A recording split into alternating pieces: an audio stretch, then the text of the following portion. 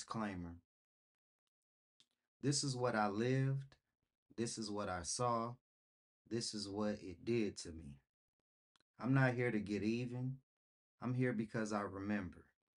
Not every scar is visible. Not every silence is peace. I didn't make this video to attack. I made it because the truth sat in my chest too long. So hear this clearly. What I'm about to share didn't come from anger. It came from surviving. And now I speak it out loud for me and for anyone who thought they had to stay quiet.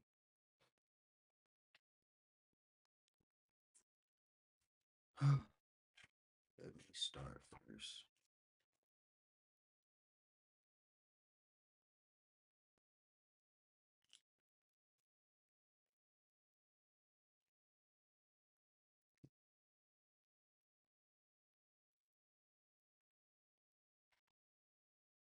I started at the United States Postal Service in Anaheim Hills, November of 2018. Man, I was just coming off losing my woman the previous year. When I entered the post office, I was proud. Man, I came with a full uniform. Shit, I was just a PSC and regulars was coming up to me asking me where I got my uniform from. And shit in my mind, I'm like, the internet. But yeah, man, I was excited to be there because I'm like, shit, I'm looking at the possibility of making big bucks in the future, maybe become a supervisor in the future or something. I don't know. But yeah, man, I met some cool people. Shout out to Marcel, Marquez, Lorenzo, just to name a few.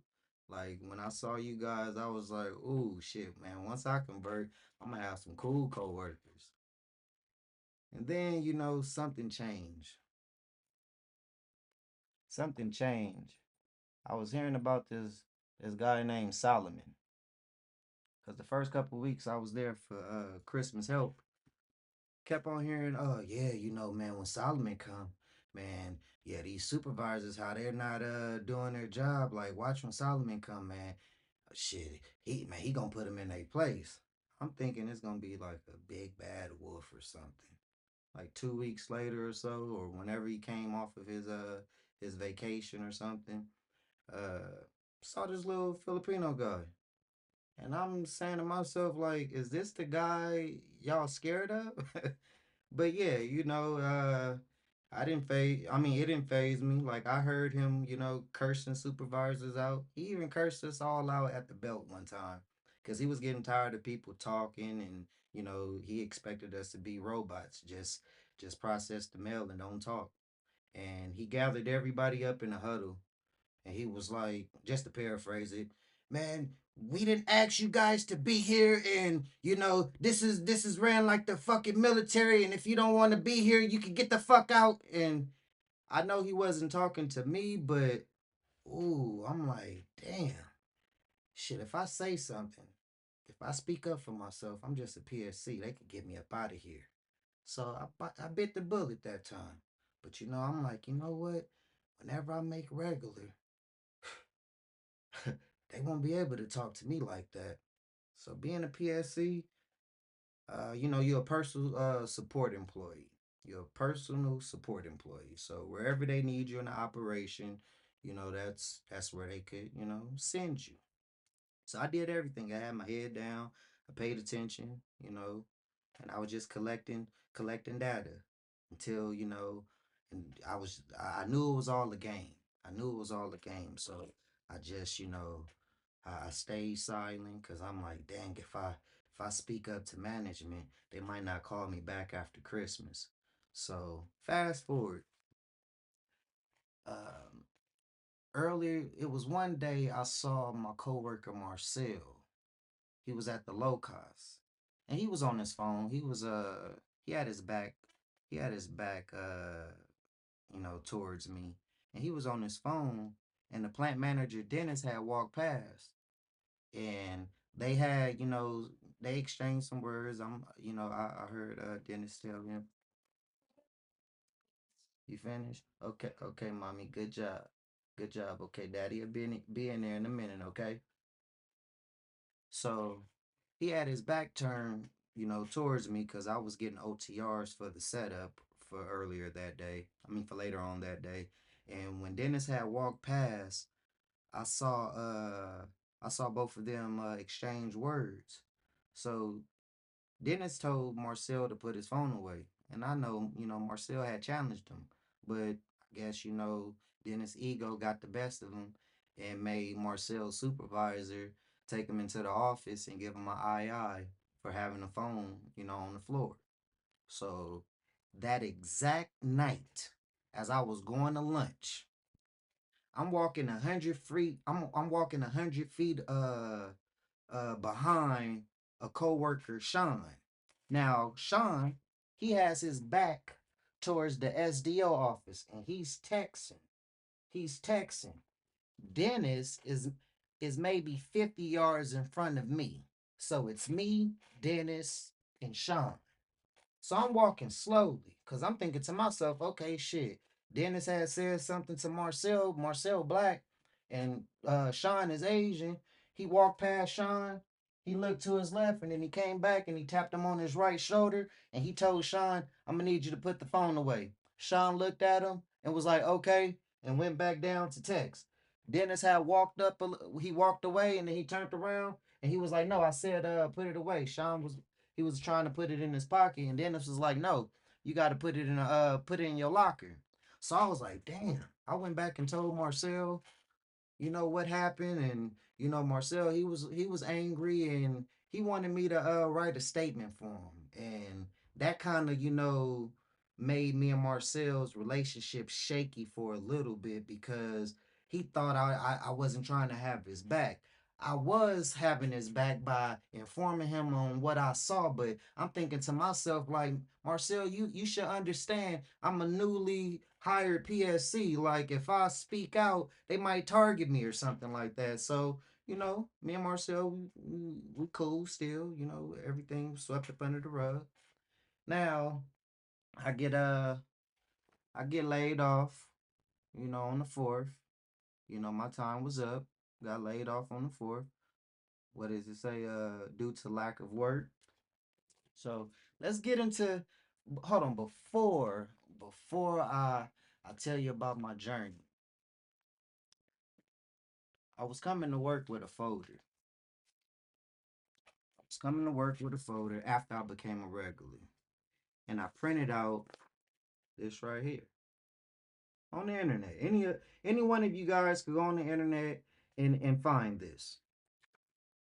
So this is the discipline for misconduct, and right here in the rules, it says A, communicate expectations and job requirements to all employees. Discipline must be corrective, be consistent, both in communication and discipline. Let's turn to the other page right here. Corrective discipline. It says discipline must be corrective, not punitive. Okay? So on the board behind me, these are the steps that supervisors are really supposed to take. They're supposed to have a conversation with you. So for example, at this post office at Anaheim Hills plant, they allow us to miss 3 days in 3 months. So technically, if I call off one day, that'll be 3 days. So in a 3 month span, they allow us to miss 9 days. So what a supervisor should do once their subordinate is reaching that third call off, first have a conversation. Sit down, bring them into the office, not on the floor in front of employees. Bring them into the office and have a discussion. Hey Al, I seen that you approaching your third call off. I just want to see what's going on. Like, this isn't no official discussion. I'm not gonna document this. Like, I just want to, get a better understanding. Then corrective, not punitive. All right. Now, even if I get past my fourth or fifth call off, then bring me in for an official discussion. Like, hey man, I let you slide. Well, not let you slide. I've been giving you time to improve. So now, hey, this is the last, this is the official discussion. I just want to, see what's going on. And then, all right, still corrective, not punitive. But then if I keep calling off and it's like, dang, they tried to give me a warning, they gave me an official discussion. All right, now I got to bring you in for an II because I need to investigate this. I need to see what's going on. And then even in the II, you still have to have in your mind, I want to be corrective, not punitive. So in the II, depending on the evidence that I produce, because that's your day in court. Depending on the evidence that I produce, will determine if I get a letter of warning or not. And then it's steps. Then a 7-day suspension, then a 14-day suspension, then an LCA, which is the last chance agreement. Those are the steps that they're supposed to take.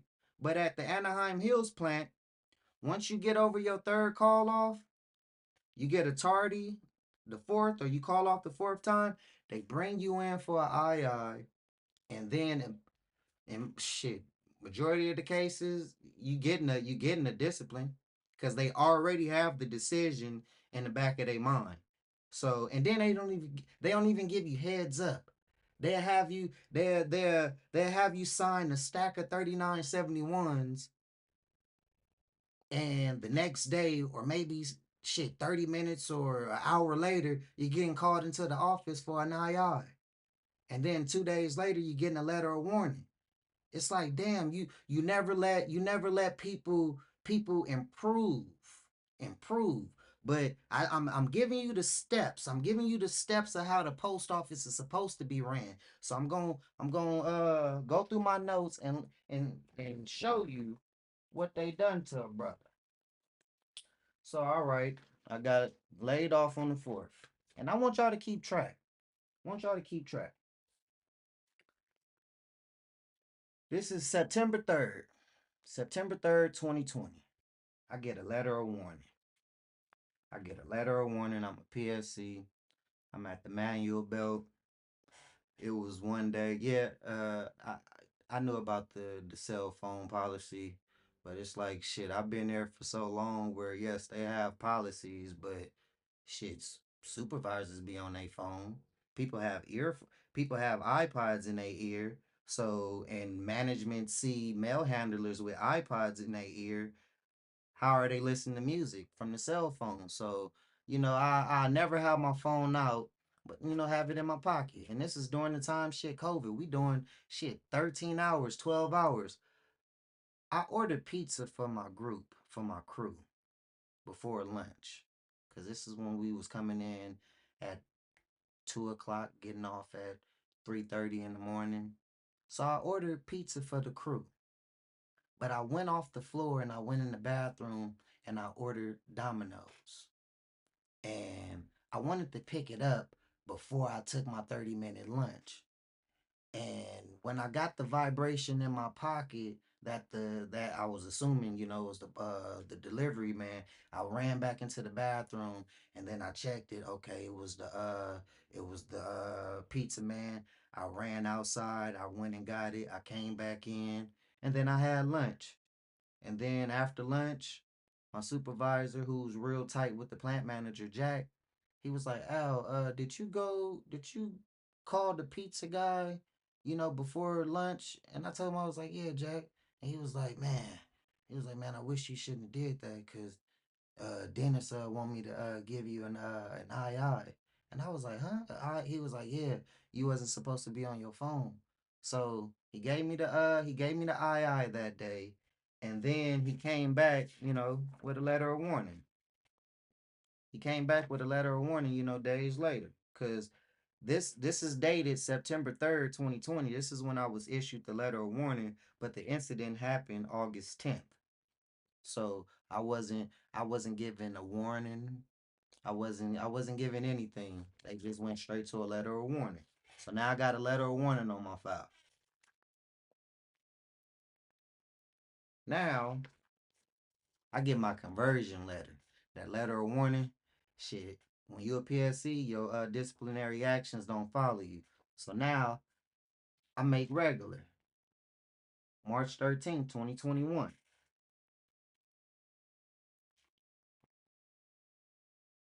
August 3rd, well, August 2nd of 2021, a few months later, I get injured at the job. I get injured at the job, doing mail handler work. And I'm a clerk. I'm just supposed to process the mail. I'm not supposed to be dumping. I'm not supposed to be loading OTRs. I'm not supposed to be dispatching those heavy ass containers. And right here, well, first, let me show you. Okay, before I read what's on here, I was pulling the OTR out of the dumper. It got stuck. It was a Sunday night, Sunday going into my Monday.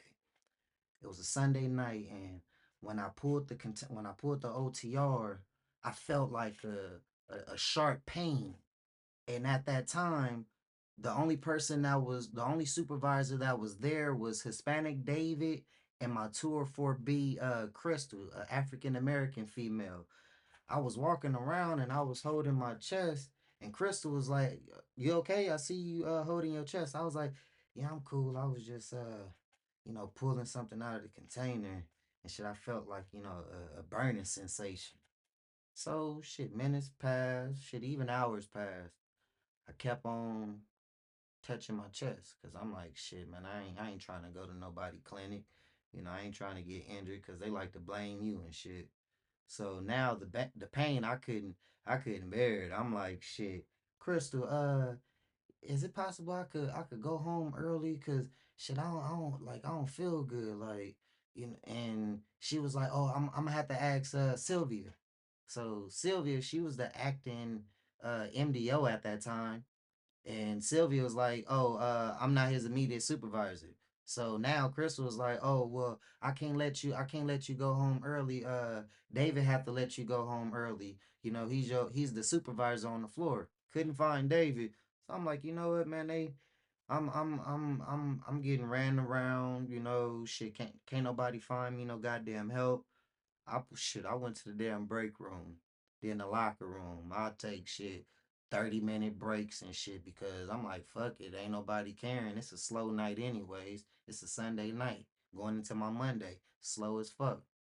So I leave, I clock out, I come to work the next day, and two or three supervisor John, I had asked him, I'm like, John, if a person gets hurt up here, what's the process? And he had told me, and I was like, well, yesterday I was pulling the OTR out of a dumper, and shit, I I was asking for help, and nobody helped me. And he was like, who was the supervisor on the floor? And I was like, David. And he was like, oh well, David's supposed to take you to the clinic. And I was like, well, shit, I'm still in pain. He was like, oh, well, okay. And then he had David take me to the clinic, right? So here's the paper of me going to the clinic. And what it says, patient states that while he was pulling the OTR out of the dumper, the OTR got stuck, and when he pulled it out, he felt the burning sensation in his left chest. I mean, in his left chest. And yeah, I got hurt up there. And let's fast forward. This is a letter of warning, February 24th. Now, this letter of warning, calm, calm, calm, calm. Okay, if you see right here, if you see right here, November 18th, that's 19 clicks late. November 26th, and then November 29th to December 6th, that's when my woman gave birth to my daughter.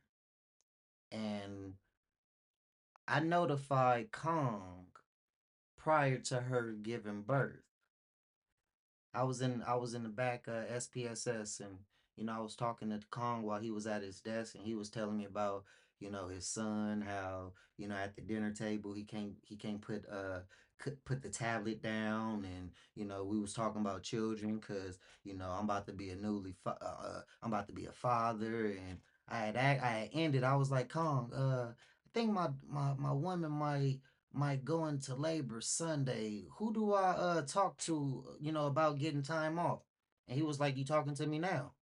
So I'm like, oh, okay. So I had notified him right then and there. So when I see this damn call off, when I see that he put that on there, that was my proof. I showed the proof. I showed the proof. Even right here, December 27th, I had got a flat tire. I had got a flat tire. I showed him the picture when I went on the on ramp and I drove over a nail. I showed him the picture of the nail. I showed him the picture of the AAA people changing my tire. I showed him a picture of me getting the tire fixed, and he still used that against me. He still used that against me.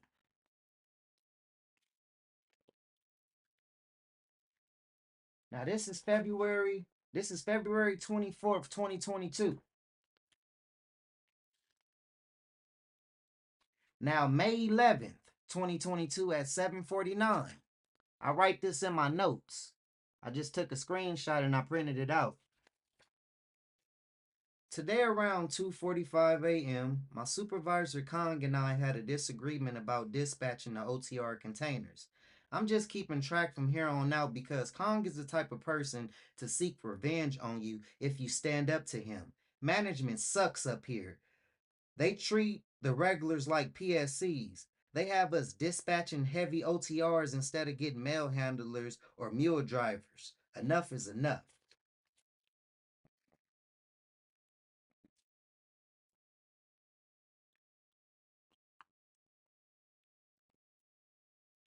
Now that's May. Now this is December 14th at 4:40 a.m. This is with Suzette. She's over safety, and Sharif, he was the manual belt supervisor at that time. This morning while I was at the 928 belt, I noticed Armand, the supervisor on the east dock for the truck drivers, Sharif, Andrea, and Suzette walk over to the belt and stare in everyone's direction. Sharif started calling people from the belt one by one. When my coworker Brian came back to the belt after being questioned, I asked him what did they want. He replied Suzette asked him did he witness anything yesterday regarding Kivana and Andrea. I replied, "Oh, that's messed up. Why are they questioning everyone right in front of Kivana and right next to Andrea? They need to be off the floor conducting this interview." They called a few names next. Then I heard Sharif call my name. I ignored him. Then he called again. I said, Sharif, if she wants to question me, tell her to take me off the floor. Suzette walked over to me and said, I want to ask you some questions. I replied, yeah, I'll answer them, but take me off the floor. Y'all embarrassing it. Don't be embarrassing this woman like this. Um, As I was walking away, I said to a few coworkers, now this is how you're supposed to do it. She walked me around the OTR by the 92804 and stopped and said, I don't have to take you off the floor if I want to interview you. I said, yes, you do. That's the right thing to do. Her energy is off like always. I spoke out against her a couple months ago. Her energy is negative. I asked what she didn't like how I stood up for her once again, how I stood up to her once again. What's wrong is wrong and what's right is what's right. They mistreat us up here, and when you speak up for yourself, they want to target you. Now that was November 14th. Now I'll be taking notes. That's what I'm telling you. Y'all need to start taking notes, keeping track of everything. This is December 16th, around 12:40 a.m. This is about Andrea. She was a new supervisor that transferred from industry. Today, like any other day, the supervisors in 204B separate the blacks to one belt. They said the 11 o'clock crew. Hold on, they when they always when they say the 11 o'clock crew, they don't mean everyone. They just mean me, Kivana, Dominique, and Naya. The whole crew feels like we're segregated. They treat us different because of our skin color. And let's see, let me keep going. All right, Wednesday, December 21st, 2022, right here. And I'm gonna play a voicemail at the end. Well, at the end, cause I'm like shit. I need to keep notes. I need to keep a voice and I need to keep a voice record and a written record. So Wednesday, December 21st, 2022. This morning before I clocked out from work, Ashley, the 204B, told me I was called to the SDO office. Dominique Myers was called over there too. When we both arrived, no one was in the office. We waited and left, and we went to the break room. A few minutes passed, and I told her I'm going to see if someone is in the office.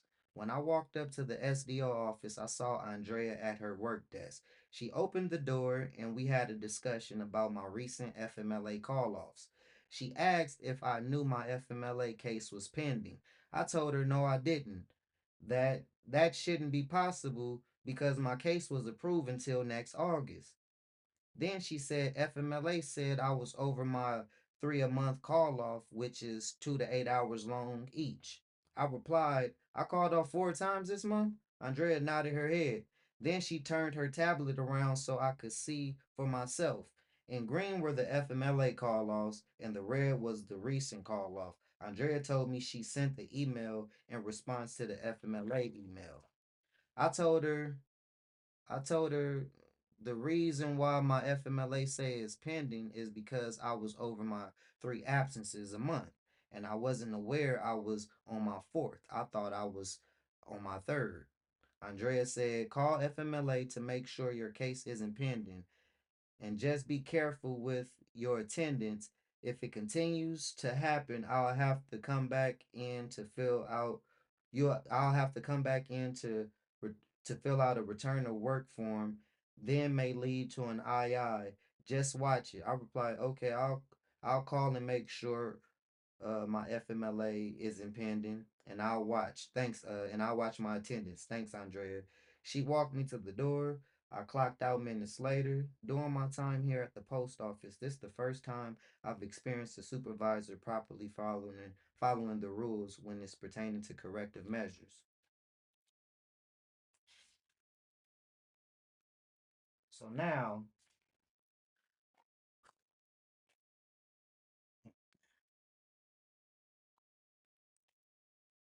oh man.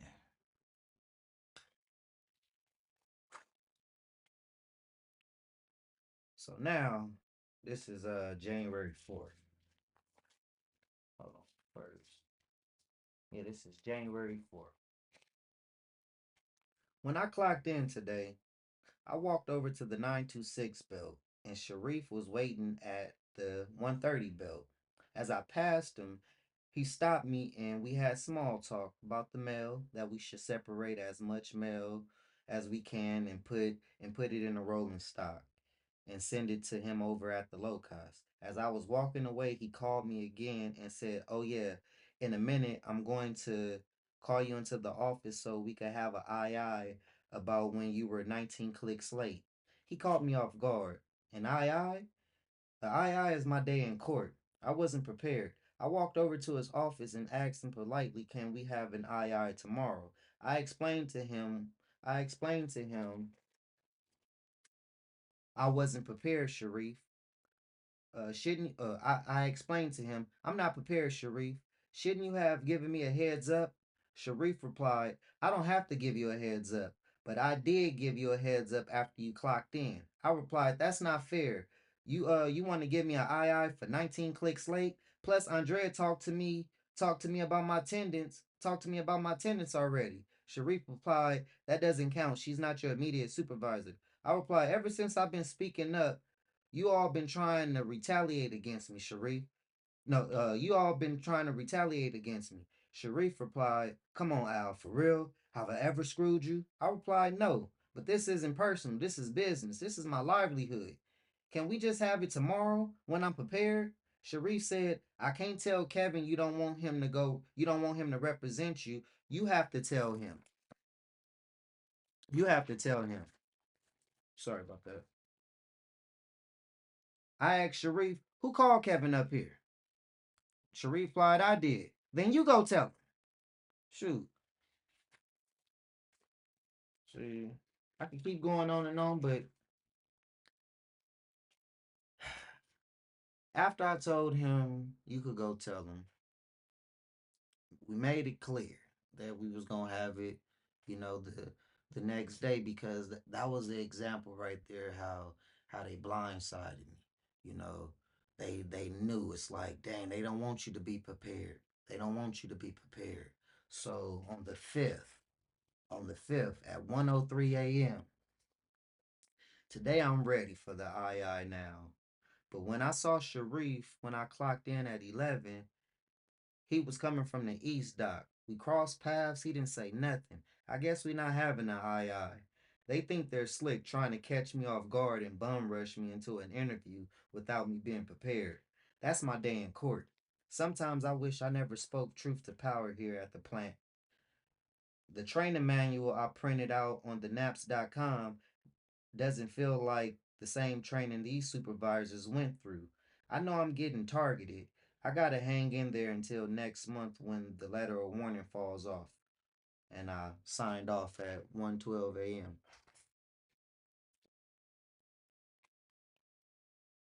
January 5th, this was in my notes. I wrote, it seems like Andrea is a ticking time bomb. I could see it in her face. If my coworker, Travis, talks about his religion while throwing the mail, at a distance she'll roll her eyes at him.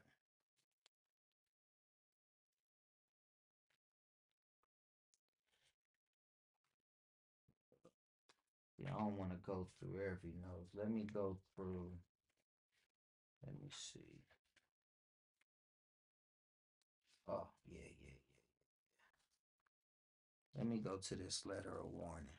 Because all these other notes, these were just other inserts. January 31st, I was keeping track. Let's go to this. Let's go to this 7-day suspension. Let's go to this 7-day suspension. It's dated January 4th. Okay. Now look it on here. 14 clicks, 9 clicks, and 25 clicks. Late, right?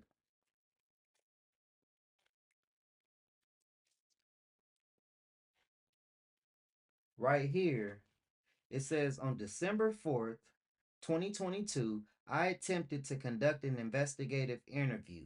However, you refused to participate in the interview.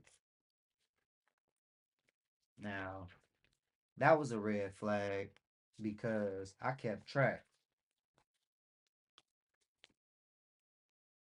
Of January 4th was a Wednesday.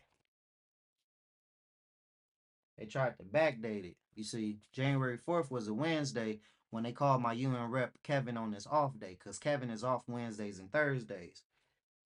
This 7-day suspension is dated January 4th. They tried to backdate it a month, like they gave me a heads up, but they didn't think I was paying attention. Because right here, I pulled up a calendar. I'm off on the 4th. So how you gonna try to conduct the interview with me and I refuse and it was on the 4th on my off day? But I didn't receive this letter of warning until January 31st. January 31st. You see, the letter of warning was dated on the 4th. That's when he called Kevin on his day off. Andrea gave me that 7-day suspension on the 31st. So it's not adding up. So now, this is dated in my notes January 31st at 3:25 12:27 p.m. And it reads, hold on. It's only getting started, y'all.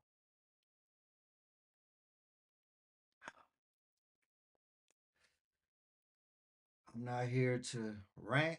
I'm just here to release. January 31st, 2023 at 3:27 p.m. The Postal Service is committed to cultivating a positive and safe working environment that's free of bullying, intimidation, and violence for all employees. At the Anaheim Hills plant, this policy doesn't apply to supervisors or managers. They violate internal policies with no repercussions. I was bullied by management my years as a PSC, scared to speak up when faced with injustice, fearing the possibility of being fired for minor offenses. Now that I've been a regular clerk for almost 2 years, I built up confidence to speak up for myself without the fear of instant removal. Policies that are designed to retrain negative behavior or misconduct are typically aimed at non supervisory employees. Day to day, I choose to endure this psychological trauma because I have a family that relies on me. Today, one uh January 31st, 2021. Oh, damn, I put 2021. I meant to put 2020. You see, this was an error. This was an error. I meant to put 23. Around 7:15, I was issued a 7-day suspension dated January 4th, 2023 from Tour 1 supervisor Andrea Castellanos. On the paper, it has Sharif Mansour name, my immediate supervisor. I noticed that from records I've been keeping that the dates on the 7-day suspension are false. Sharif Mansour also put on the 7-day suspension that on December 4th, 2022, he attempted to conduct an investigative interview. That's false. The fourth falls on my day off. These supervisors treat the employees similar to how correctional officers treat inmates. Next month, my letter of warning I was issued last year, February 24th, will fall off, and it seems like they're trying to pin something on me to prevent that from happening. Due to me being vocal towards management since last May 11, 2022, all supervisors on Tour 1 are plotting against me. I'm the voice for the voiceless. I wish the United States Postal Service showed more compassion and understanding for people and their personal lives. I know employees have rules to follow, but so does management. Now that's what I put in my notes. And February February 1st right here. Kevin had text me, please let me know if you received anything from the investigative interview on January 4th, 2023. I will file immediately. Now, that right there contradicts all of this. You see? That's why I was like, what the fuck? Look it. I told you. Remember that the Wednesday when Sharif had bum rushed me, and I just wanted to have the investigative interview the next day, because I wasn't properly prepared. Because the II is your day in court. If you don't have evidence, they'll screw your ass. So I knew that, and look what Kevin put right here. Investigative interview January 4th. Remember, I told Sharif, could you tell Kevin, shit, he was the one that called Kevin up there on his day off. Since you was the one that called him up there, you tell him that he gotta go home. But you see, Kevin thought that we still had the II and he went back home.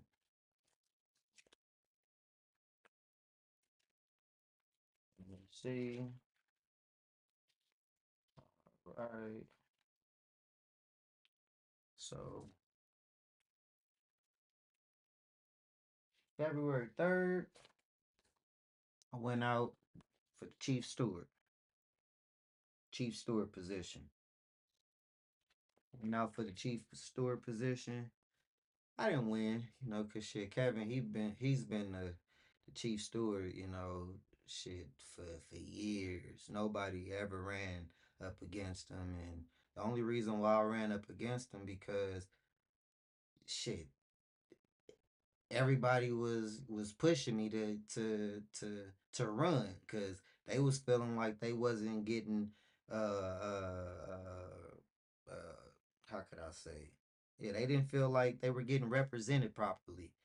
And I showed examples on the floor speaking up to management. So yeah, I ran, and I think I probably only got like 20 something votes, which, I was happy with it. I didn't put no posters up, because at the end of the day it's like, y'all selected me, and I put my name on the ballot, and yeah. So I ran for it. I didn't win, but it's all good. That was on the second. I mean, that was on the third of 2023. Now, I'm feeling all the pressure now. Feeling all the pressure, and shit, nobody's helping me with grievances. It's like, damn. I'm feeling like the outcast, because it's been times, shit, I'm stepping up for coworkers, and when me and management is going toe to toe, and they ask the rest of the coworkers, do anybody, feel the same way as Al, and shit, you hear crickets. That's happened countless times. That's happened countless times. And I still have a heart for them. I still have a heart for the voiceless. I still have a heart for the scared. But this is my submission. I had made a copy of this, and I gave it to Kevin. But I didn't know the process of grievances, so I basically told, my whole story. So this is dated February 5th, 2023. I, Al Noble, is filing a grievance on Sharif Mansour, Andrea Castellanos, and Lauren Asali. I'm asking for my 7-day suspension to be removed from my file that I received from a Tour 1 supervisor, Andrea, the morning of January 31st, 2023, around 7:15 a.m. My immediate supervisor, Sharif Mansour, name was on the write-up, but went home minutes before I was issued discipline. I noticed Lauren Asali, the MDO, failed to do his due diligence by signing off on a fraudulent write up. If Lauren Asali would have done a proper investigation pertaining to the matter at hand, he would have known Sharif was being misleading and deceitful. The 7-day suspension was dated January 4th, 2023. How is that possible? That's the day Sharif Mansour called my union steward, Kevin, on his day off to represent me for an investigative interview. Sharif blindsided me moments after I started my shift that day at 11 p.m. I asked Sharif Mansour, can we have the investigative interview the following day, because I wasn't made aware nor prepared for it. He proceeded to ask me, can I go tell Kevin to go home? I don't want him and I don't want him to represent me today. I replied, you called him up here, you go tell him. When I walked away, it was clear we both wasn't having the investigative interview that day. The following day we crossed paths, and it wasn't no mention of an interview. January 9th, 2023, minutes after the shift start, I walked over to the S I walked over to the 050 belt to sort mail, and Sharif called my name when he saw me. Immediately, I assumed it was going to be about the II. I met him in the back of the 050 dumper closest to the North Dock. When I followed him in the back of the media mail OTR while he had his phone out, he showed me the latest Batman DC comic issue where the Joker is pregnant. I shook my head, smirked, and walked away. As a few co-workers was looking on while I was walking back to the belt, I let them know what just happened. Sharif Mansour also lied on a write-up stating on December 4th, 2022, he attempted to conduct an investigative interview. Reminded me of Elm Section 6653, and I was reminded that it was my opportunity. Hold on. Reminded me of him, and I was reminded that it was my bad, y'all. Plus, how can that be possible? And December 4th falls on my day off. Majority of management here at the Anaheim Hills plant violates internal policies with no repercussions. Because of that, when faced with injustice, I've been voicing my opinion about management mistreatment and disrespect towards myself and other fellow employees. I voiced my opinions towards Lauren about management in an open discussion in front of all my fellow Tour One employees in the conference room back in late July or beginning August. It was a few days after Andrea started at the Anaheim plant. In front of my employees, I told Lauren that all of management need to be retrained. From that day, I was a target. When Andrea Castellanos transferred from the City of Industry plant, she had good intentions and positive vibes. Then Andrea got real close to Kong the Wind. She picked up his negative attitude and behavior. She'll come back from lunch late, not getting the mail out on time, or sending everyone to a different operation so her and Kong can converse with each other at the podium. Andrea has been making the 926, 928 belt uncomfortable to work at the days she's here. Andrea stay pushing the button on the belt, allowing mail to fall on the ground. The whole month of December, Andrea Castellanos wouldn't talk to myself or any other African American that worked with me at the 928 belt. Andrea separates the African Americans every night. I work, I, yeah, Andrea separates the African Americans every night I work for the past few months. It's myself, Nia Thompson, Kivana Jackson, Dominique Myers, and Mark Harris working the 928 belt alone. It has been times when fellow coworkers walk past and they'll call it the black belt. December 2022, I was called into the mail handler's office to give a statement about an incident that occurred with Sharif Mansour and a female mail handler. I feel Sharif is retaliating against me for my participation in that interview. What other reason would he knowingly lie on my write up? I stand out amongst most coworkers because I speak up for myself. It's mighty strange that management is trying to give me a 7-day suspension before the letter of warning that I was issued by Kong last February 24th, 2022 falls off. They're trying to prevent that from happening. All parties that are complicit in the wrongdoing and falsified write up against me should be held accountable. Yes, I know employees have rules we need to adhere by. The same goes for management.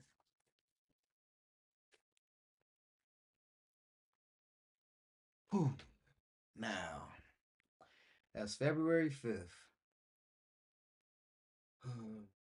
If anybody there watching that's at the Anaheim Hills plant, it was between February 6th and February 9th, because that's when I called OSHA. So it had to happen the 8th. Yes, because that morning I didn't leave until I got on the phone, until I was able to speak to somebody. So it happened. Okay, I'm gonna say the 7th going into the 8th. Yeah, the 7th going into the 8th. That's what it was. The 7th going into the 8th. Forgot the co-worker name, but he passed away on the floor.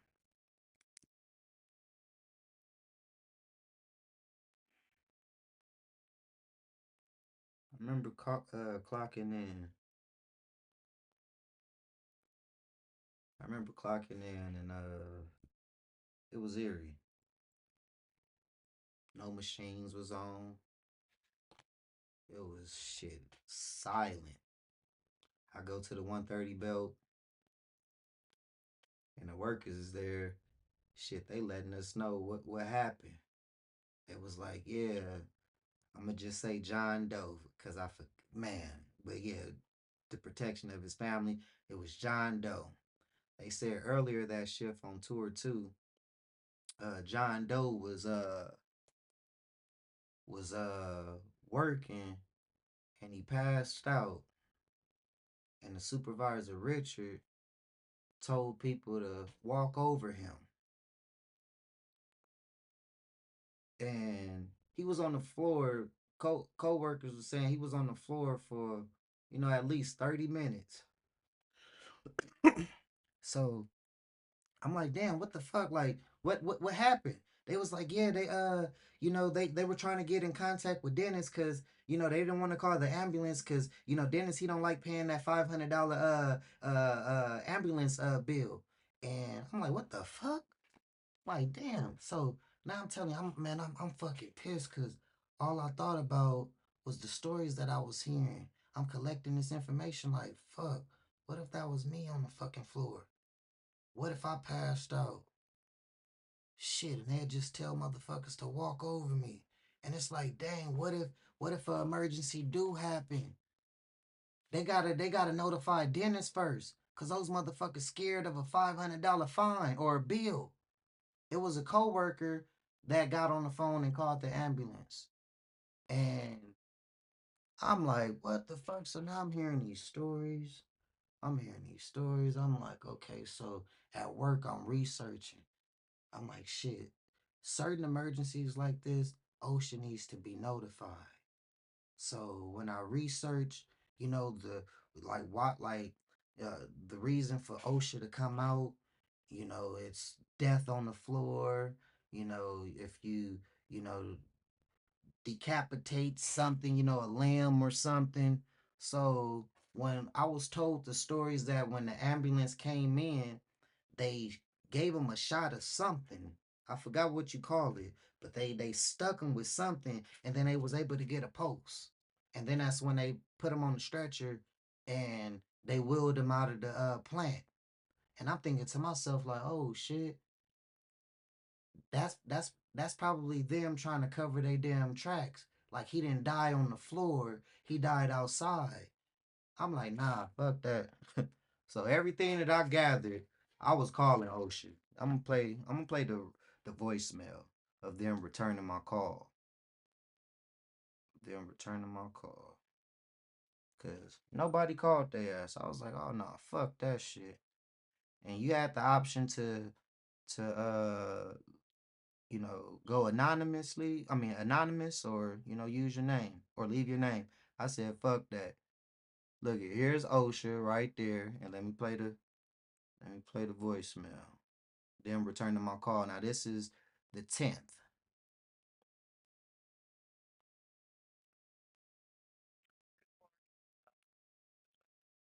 Hold on. Good morning. Usually last thing you know, returning your call because about that OSHA and you can return my call to one call Erica. 942-7725 and I get your contact. So yeah, I called. I'm like, nah, that could have been me. That could have been another coworker of mine. So, did that. See, I'm not here to perform. I'm just going through my notes. I just want to be a mirror for you guys. I'm not trying to tell y'all to get up and quit y'all job. Nah, if you guys need to be in that system, it's just a way that you guys need to go about things. Know the rules, take notes, keep track of everything, speak up, because that system only survives off of fear. Don't be scared. Okay. Now, that voicemail was from the 10th of February.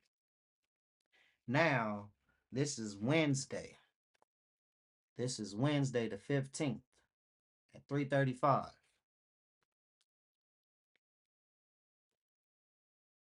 Well, let me just read it. I came back from lunch at 3:30. When I walked into Tools and Parts, I grabbed some gloves and I noticed Andrea Castellanos had Michael Winfield in the back office. I see she likes taking people in tools and parts so she could have a witness that's on her side. I asked Mike, "Are you okay?" He replied, "Man, I don't know." I replied, "That's not right. She shouldn't have you in here with Mark around, her disciplining you. This is none of Mark's business." Andrea looked back at me and she said, "Al, no." I walked out to the belt. She stormed out the tools and parts office and walked over to Black David, the supervisor at the belt at that time. Um, Let me see. Let me just skim through this shit. So,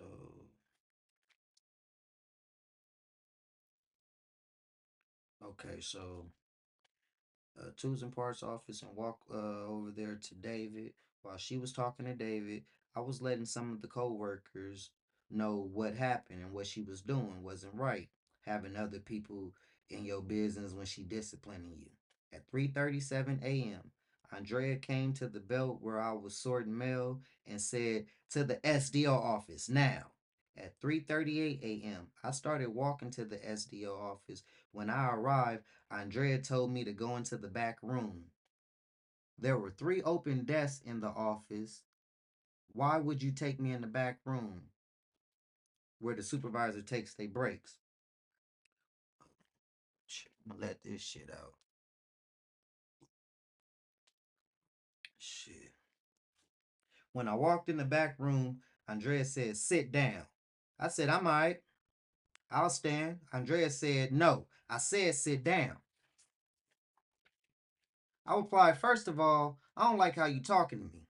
I'm not your child. You can ask me, may I have a seat?" Andrea said, "No, I don't have to. I said sit down." I continued to stand. She's staring a hole into my chest. Man, she was angry. She was angry. I had my apron on because shit, I was carrying around a little notebook. So when I was putting my hand inside my apron, I, Andrea said, "You better not be recording either. I know you like to record. I'll put you up on charges." I replied, "Don't worry. I'm just taking out my notepad."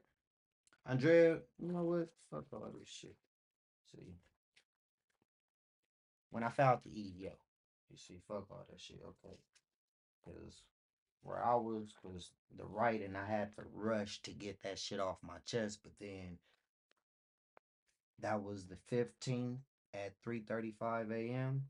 Now this is 7:55 a 7:55 a.m. Uh, Here's what really happened. I'll read the full story when I was able to sit down with clarity and don't rush it on a piece of paper before I forget. That's why I can't even read half that shit. But yeah, today, February 15th, 2023, Andrea Castellanos took me into the SDO office approximately 3:34 a.m. to have a discussion about my disagreement towards her misconduct on the workroom floor. When I walked into the office, she directed me to the back room and closed the door behind me. Andrea aggressively told me to sit down. I responded, "It's okay, I'll stand."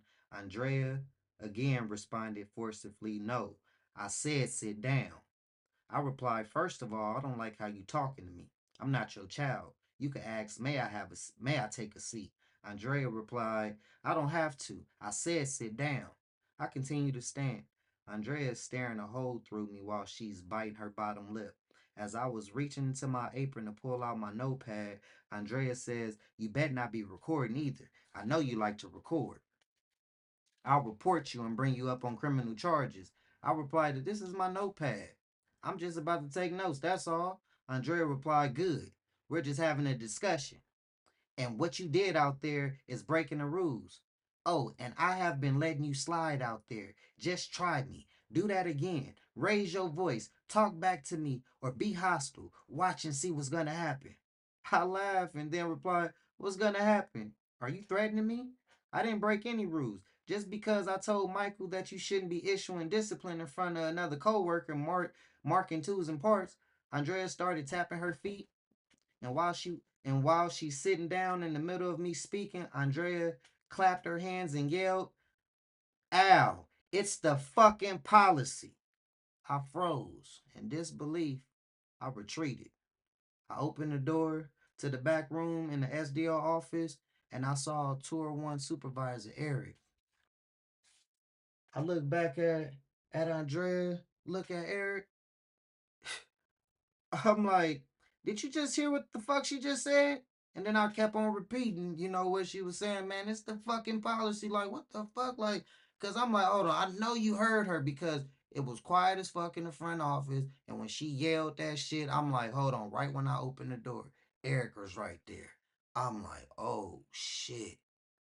But yeah, I repeated what Andrea said to me a few times to Eric. Andrea responded while sitting down, We were having a discussion. I replied, "That's how you talk to me in a discussion? It's a fucking policy and make threats towards me?" She gets up out of her seat and walks into the doorway between the break room and office area. I continue to talk to Eric.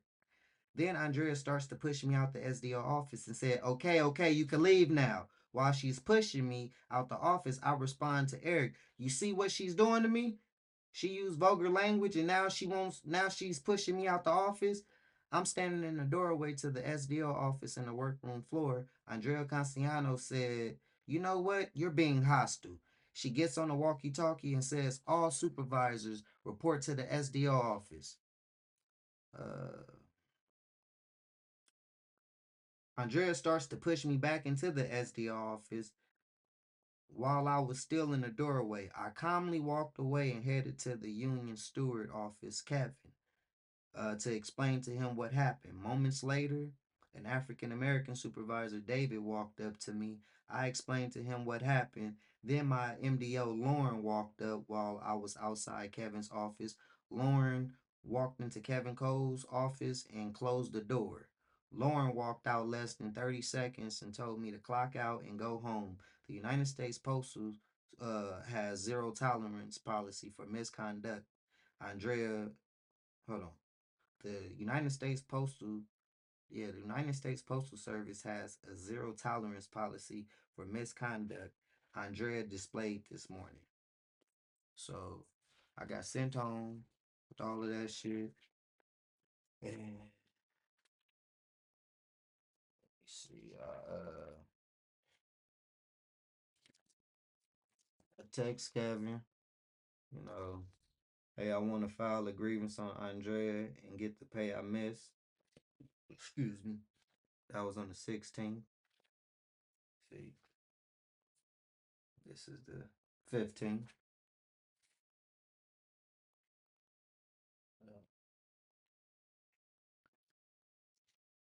This is February 23rd. Around 12 a.m., Marcel came to the 928 belt to sort mail, and he told myself, Kivana, Mark Harris, and Chris and Naya that he was at the desk and he heard Eric tell Chantel that management want him to make a false statement against me about the incident that occurred between Andrea and I February 15th. He told Chantel he don't know what to do. And she said, "Tell the truth. Tell what you seen." Uh, Allegedly, this will be the second time Eric made, allegedly, this would be the second time Eric made a false statement. Then I'm like, shit, I need to protect myself because they want to keep everything in the system. They want you to go through the grievance process first and see, if it went to the next steps. And then, they want you to. I filed a, I filed a EEO on Andrea. You know, this is the letter in here. Dear Al Noble, this letter is to acknowledge my receipt of your additional claims received on February 22nd, 2023. Your current allegation of discrimination will be consolidated to your previous EEO complaints and should be addressed in that complaint should you decide to initiate a formal complaint. The additional allegations will be considered as on February 15, 2023, Andrea Castellanos reported you to the SDO office to have a discussion about your disagreement towards her misconduct on the workroom floor. You were taken to the back room and Andrea closed the door and aggressively told you to sit down. You advised her you would stand and Andrea responded forcibly, "Sit down." You replied that you didn't like the way she was talking to you, and Andrea stared at you. You reached into your apron for your notepad, and Andrea said, "You better not be recorded either." Saying she knows you like to record, Andrea stated she would bring you up on criminal charges. Andrea stated she had been letting you slide out there and said, "Just try me and do that again. Raise your voice, talk back to me, and see what happens." You asked Andrea if she was threatening you and advised her that she shouldn't be issuing discipline in front of another coworker. Andrea clapped her hands together and yelled, "It's the fucking policy."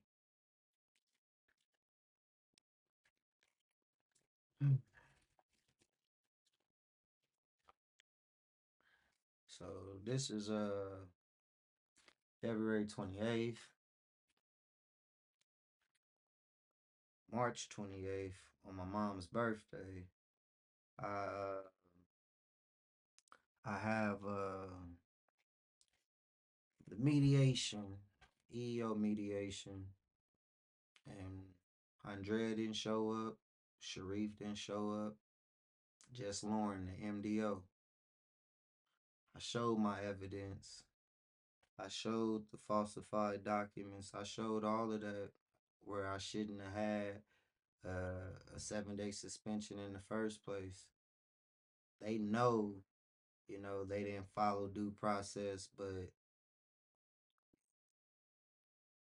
I didn't know the process of formal complaints. Like I didn't know it fully. You know, they scared me that okay, if you don't accept his offer, it might take 6 months to a year for a court to take it. And at that time, I'm like, fuck shit. Usually, Kevin is able to reduce, letter of warnings or stuff like this. Just, he could reduce it on your record for 6 months instead of a year. And I'm like, shit, if I might as well just take this shit because if they giving me a reduced 7 day suspension to a letter of warning, and it'll only be on my record for 6 months, dated. Okay, mommy. Here come daddy. I'm gonna put on another movie. Go in there, daddy recording, okay? All right, mommies. Yeah, so I figured, man, I could just take, the 6 months and the letter of warning will be off, you know. I mean the 7 day suspension will be reduced to a letter of warning from the date of the incident, and it was dated January 4th. So from January 4th, I'm like, okay, January, February, March, April, May, June, July 4th is March 28th, March, April, May.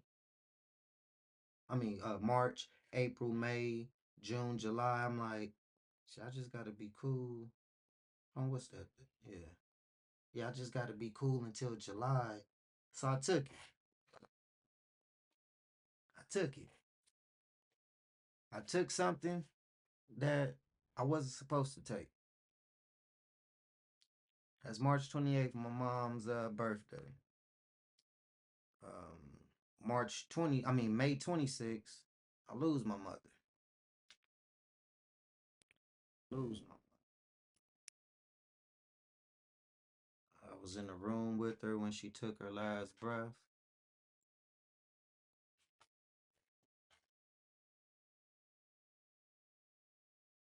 Leading up to all this fighting, shoot, uh, this is May. So when I was going through all of this, all the fighting and stuff, shit, I found out, yeah, about November, late November, December, that my mom had cancer. I had to find out on Facebook. So I'm going through a lot, like, damn, but still, I have to bite my tongue, I have to be quiet, I have to keep enduring pain. But the system never broke, no system.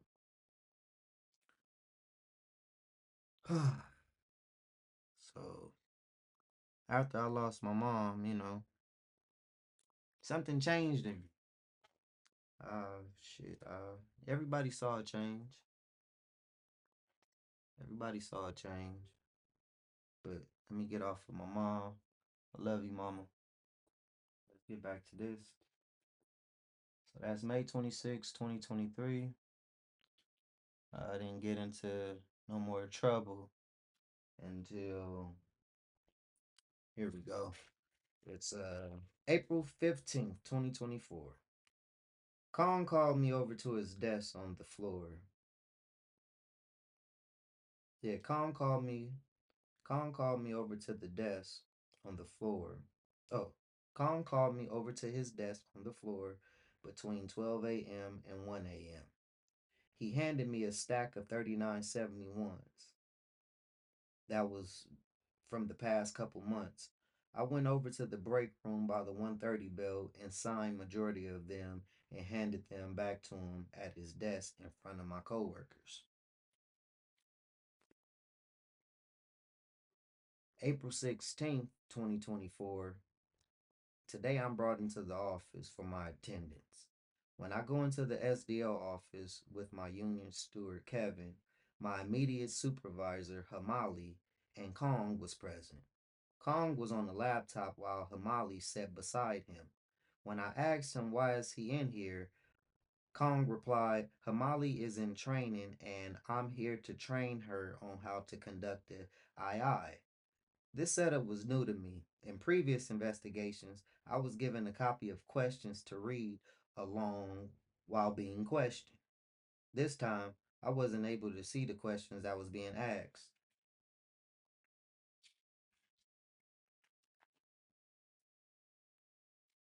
April 18th, 2024, after seeing Kong pass by my belt several times, Eric, the acting supervisor for the 130 belt until Molly gets back, walks up to me at the belt and said, I don't know why Kong having me do his dirty work. Can you walk with me to the SDO office?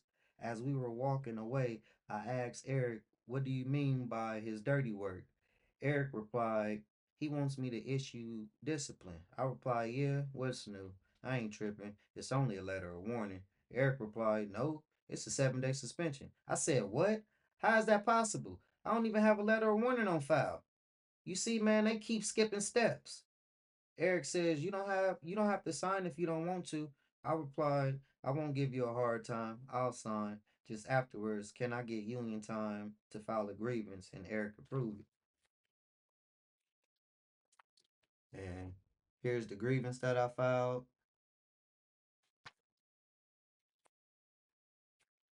And from that grievance that I filed, this is the agreement that they had. This is dated May 14th, 2024. Okay. The 7-day suspension will be reduced to a letter of warning on file for 6 months from the date of issue 04/18/2024 for attendance. If grievant is given further corrective action during this agreement, the letter of warning will remain on file for 2 years. Now, this is April, May, June, July, August, September, October. October 18th. That means I'm back at scratch.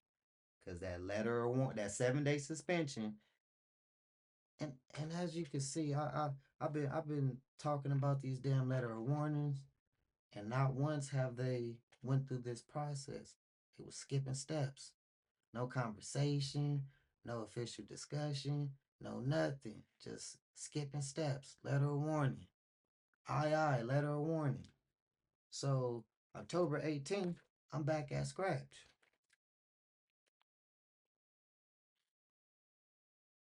So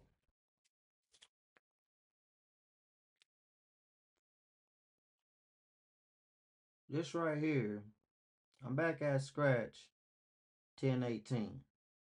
Then I started calling off. See, then I started calling off. I got one, two, three, four, five. I counted about 42 call offs, and I'm sure it's more than that from October to now. But I started playing the game since they wanted to play with me. I started playing the game because I'm like, all right, I knew I was back at scratch. So play this system like a game. See right here, just say if they don't want to have a conversation, they want to just have an official discussion, letter of warning, 7-day suspension, 14-day, then your LCA. So typically you have 5 lives. So I knew I was back at scratch. I keep coming back at scratch. So that means I have 4 lives left. So I was playing the game. Whenever I will reach my third, or whenever I will have a third call off or something, I call off FMLA. Yeah, I had approved FMLA cases in the past, but I knew, you know what? They don't do their due diligence anyways. So let me call off FMLA. You know why? Because that's giving me wiggle room to play with. I'm already on my third call off, and I know that they don't like to have discussions and shit. So let me give me a gap.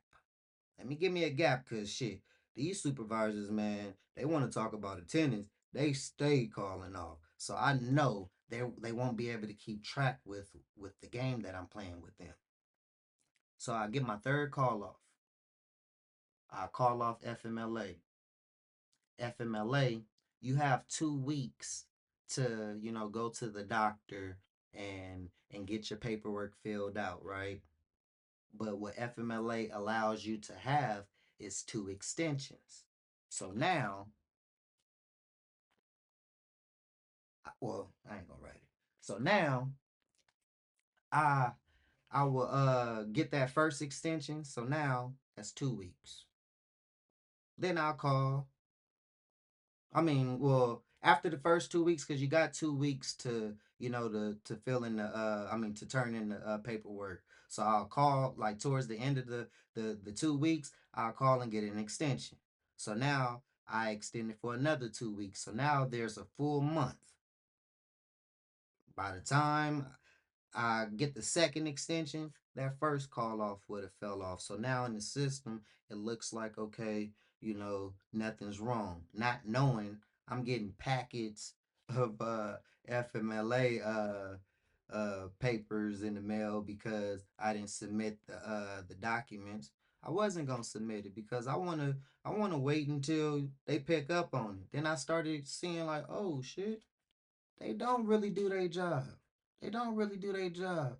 It was programmed in their mind that I have FMLA. So when I was calling off FMLA, they thought that, okay, I have the amount, I have the hours. He did have a previous FMLA case. So in their mind, okay, this shit is clear. Not knowing I'm playing the game. Because at the end of the day, I don't give a fuck if I got 500 call offs. I know that you got to follow due process. You got to bring me in for a discussion. It's not my fault that you don't do your due diligence. It's not. It's not. And I've seen so many people get fired because you guys screw them. Oh man, I'm telling you, I've seen some good people get removed out of the post office where I know, man, like, damn, how they gonna feed their family? Y'all didn't care. Y'all didn't care. Shit. So I started playing the damn system. Look it. Look at call offs. Look at call offs. Shit, okay. Just so you can see, I ain't playing. All right, 32 weeks. So now that means I missed a day. Work hours, 32. See, look at I was playing with them. Look at all these damn FMLA call offs. I didn't have FMLA. I was just calling off. Shit. Work hours, 32. Work hours, 23. Shit, I'm getting my energy back. Every time I walked in that plant, it was draining my life force. It's like, you know what, I got to the point I'm like, I really don't care no more. I'll start caring until they respond. And since they not responding, it's like, okay, shit. Look it. Okay, work hours 32. All right. Let's see. I ain't got to show all of them. Let me show you recent. Okay. And when they was trying to mandate all these damn hours during Christmas time, was I doing overtime? Was I doing overtime? Okay. First week, but then the second week right there, work hours, 16. during Christmas time. This is from the 28th to the 10th of January. Work hours 16. Work hours 24.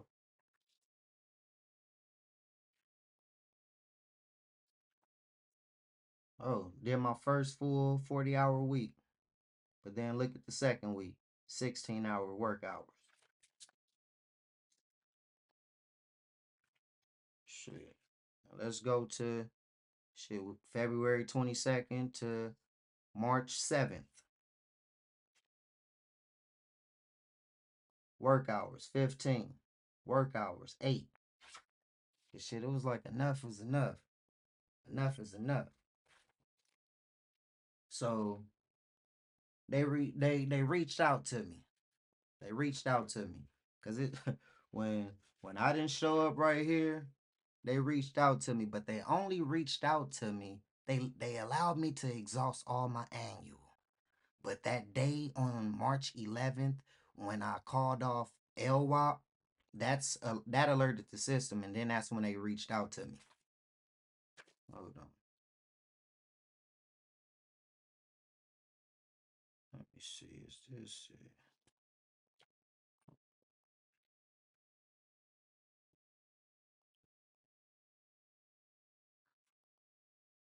Hold on, yeah. I don't want certain information to be on here. Yeah, but they reached out to me, and it's dated Tuesday, March 11th. Okay, right here.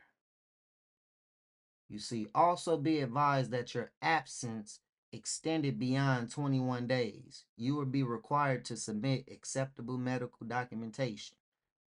Okay. You see how they said, what does that say? A review of postal service records indicates you have been absent from your official duties since Tuesday, March 11th. You have failed to provide acceptable documentation to justify your continued absence. You also failed to follow leave requesting procedures. Now, I saw a little glitch too. Well, not a glitch, a little hack. So I was calling off. I was calling off personal emergency, right? I was calling off personal emergency, so they said I failed to call off, properly, which I took screenshots of everything. But you see, this is how they box you in. See, personal emergencies, sick leave, all right. All those days that I missed, yeah, I called off sick. Well, I need medical documentation. But damn, personal emergency, it wasn't like I was taking the 1 day call off and using 3 days. For 2 weeks straight, I was calling off every single day. Personal emergency. What's the personal emergency? Transportation problems. If it was transportation problems, they're gonna want you to show a receipt. Shit. Did you get your car fixed? Household emergencies. They want to see a receipt of something. Death in the family. They want to see something. None of the above. So now, personal emergency. They want to ask, why were you gone? It was personal, and it's none of your fucking business. So call off personal emergency. See, personal emergency, personal emergency,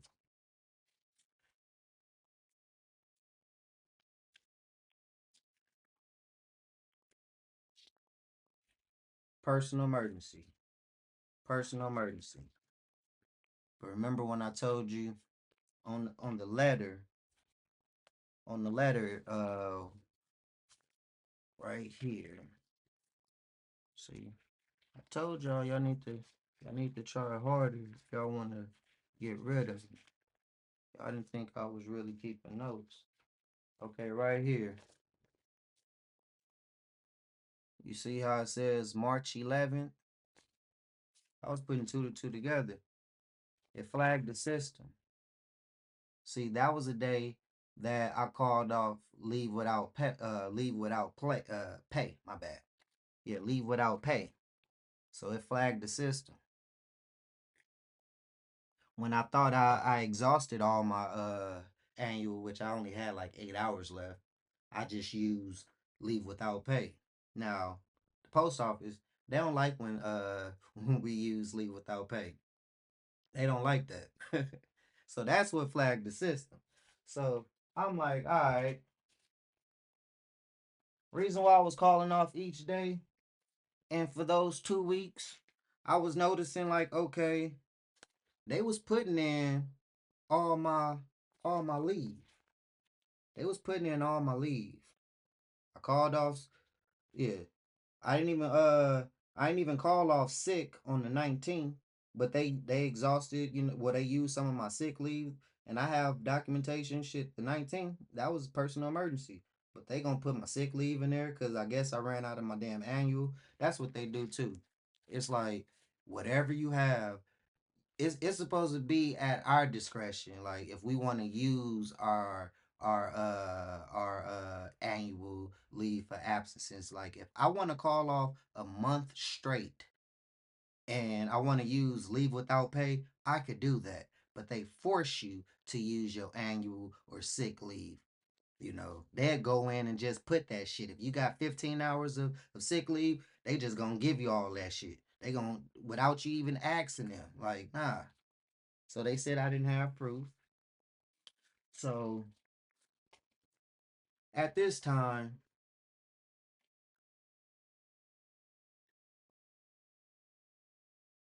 at this time,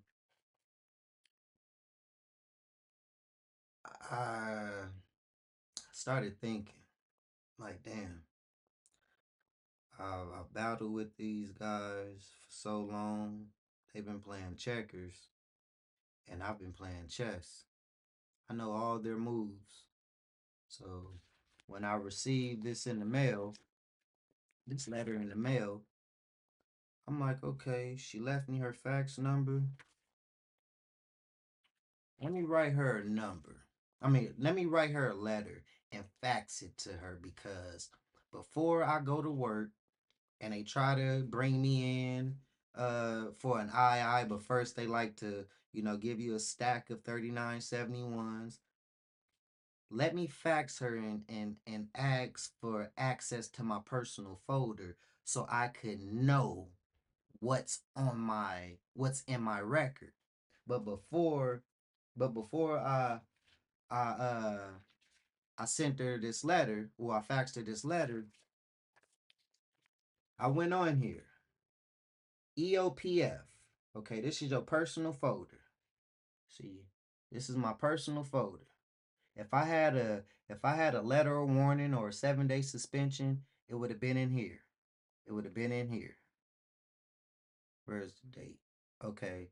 See, when I go on there, I just have I just right there, the first when you see the date, 322 2025. I don't have no letter of warning. I don't have no 7-day suspension. I don't have nothing. So I knew, like, okay, let me see their hands. Let me see what they gonna do. Right? So I faxed Molly. I faxed her and then I text her. This was a Saturday. I'm off. I'm off weekends. Friday for Saturday, Saturday for Sunday. But on the schedule it says Saturday, Sunday. So I said, Dear Hamali, I'm writing to request a formal review of my personal file and any documents related to the current matter at hand. I like to ensure we're both working from the same set of records and that everything has been handled appropriately in line with USPS policy. I will also like to see any documentation related to my current standing, including any active disciplinary action, official discussions, or warnings. I would appreciate receiving confirmation and documentation of any such actions currently on file, as well as any records associated with them. This review will help ensure that everything is handled in accordance with USPS policy and that records are accurate and complete before any further action is taken. Thank you for your prompt attention to this matter. I look forward to receiving the requested documentation at your earliest convenience. So, let's get back to it. That now this is March 27th. A text. Well, she texted me. I was on the floor. Hi Al, can you please come to apps number 2 supervisor desk? Now this is while out. I'm at work.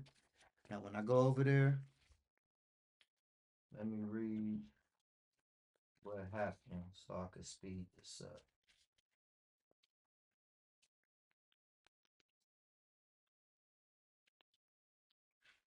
So on the 22nd, I asked for I asked to see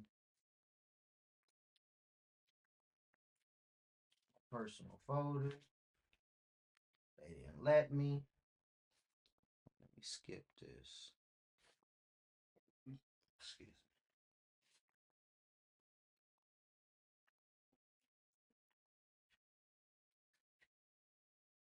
Okay, hold on 1 second.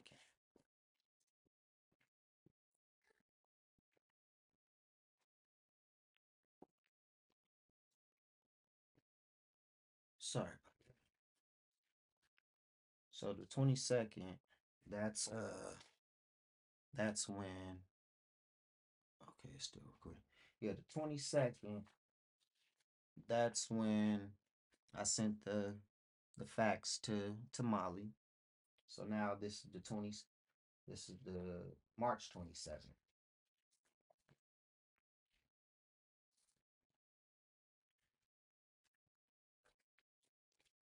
This is March 27th. Right here. Okay. This morning, Molly texted me and sent Jennifer to tell me to meet her at the desk by apps. When I arrive, she tells me she's responding to my fax, and she say that she doesn't have access to my personal file. Molly said that I have to go through the union and Kevin has to submit the documents I'm requesting. I proceeded to ask Molly if you don't have access if you don't have access to employee personal files, how do you guys issue disciplinary action? Uh, where oh no, what is this?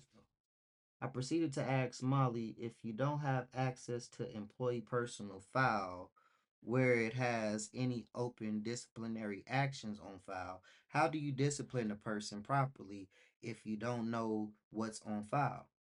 In my case, Molly, are you following due process? Have you ever took me off the floor somewhere private and go over my attendance? We've never had an official discussion. Then she gets up from her desk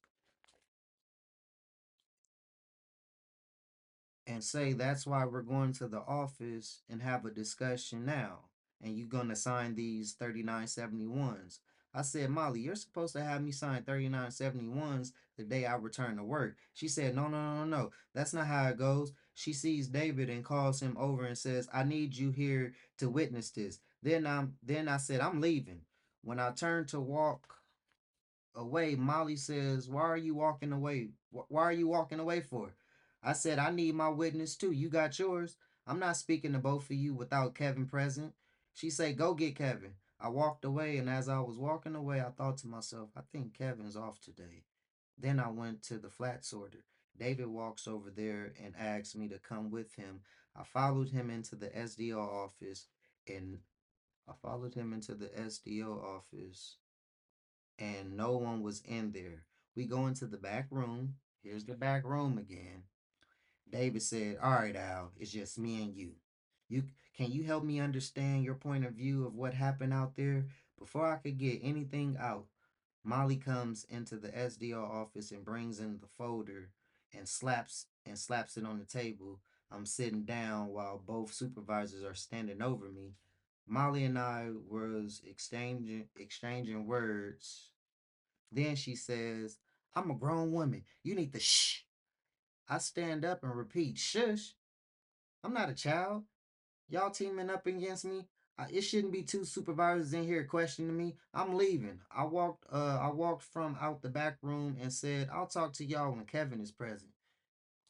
And that was March. What was that?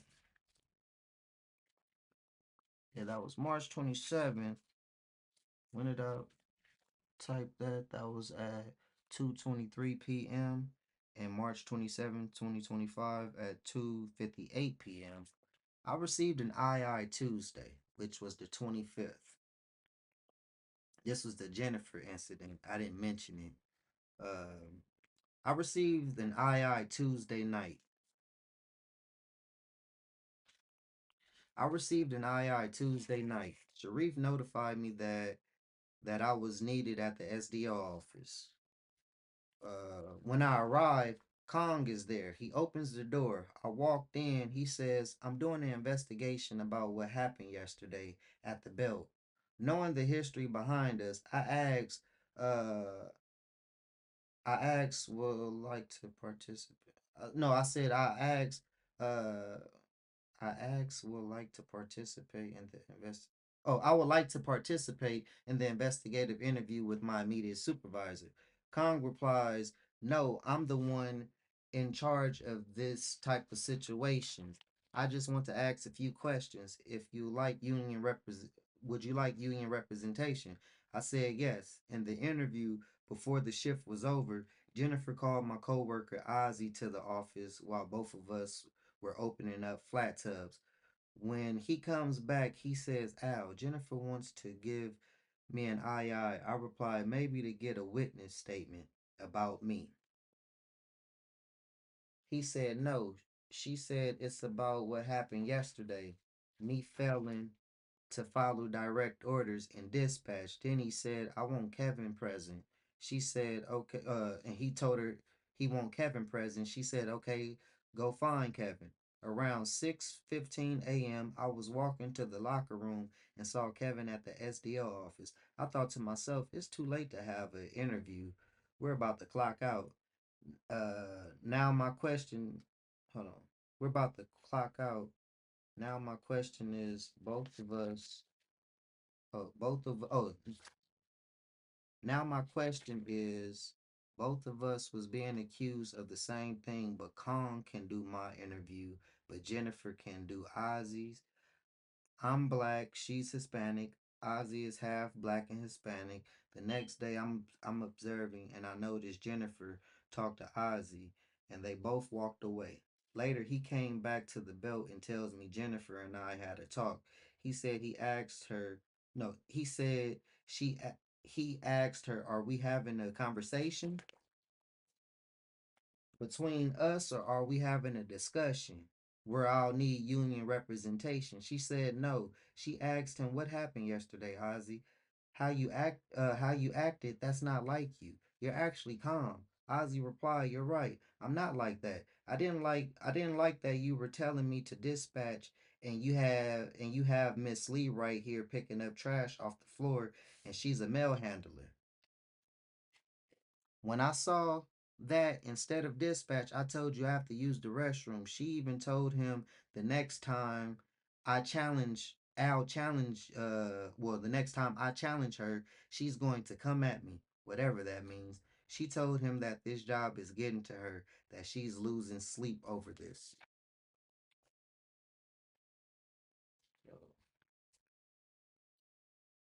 text Kevin. Text Kevin. This was the 27th. Okay. One last thing. I talked to Molly this morning and she finally responded to my fax I sent her to review what's on my personal file. And she said she doesn't have access to it. She said I need my union rep to request it. I only wanted to see what's on my file just in case they're try to bring me in for an II. I want to make sure they're following due process and I have full transparency of of what they're claiming I've done. Can you request them for me? Thank you, Kevin. And he did.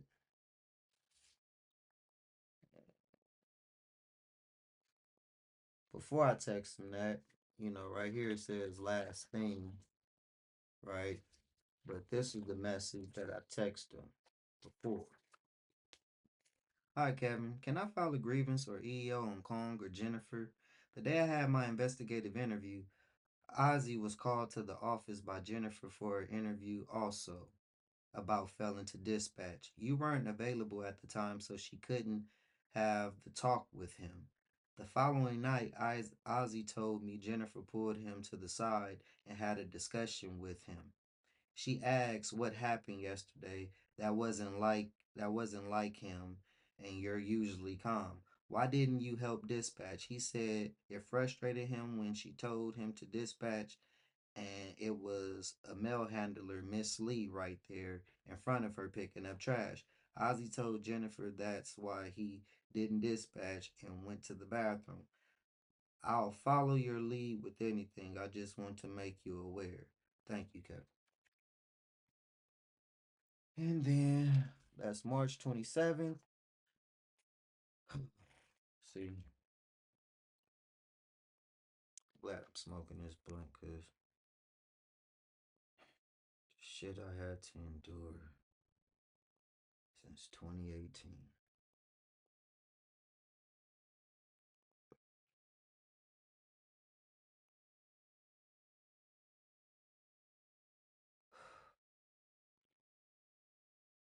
So I requested my documents March 22nd.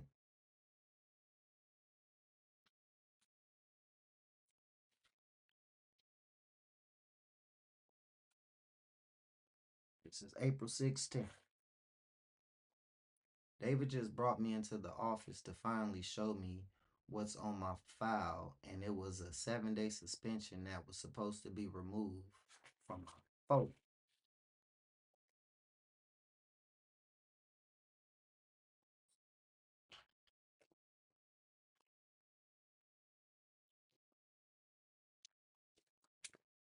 First, I text Kevin the picture because I walked in there, right? Walked in there. David brought me into the office. He yeah, he had two folders because I seen the games that they play. Like if you sign those 3971s immediately after, you're gonna get a II because it covers their tracks. That tells the system and it shows, hey, I had a discussion with him about his attendance, but I put that shit, on pause because before I sign anything, because I never refuse. I wanted to see what was on my folder so I could have full transparency of what's going on.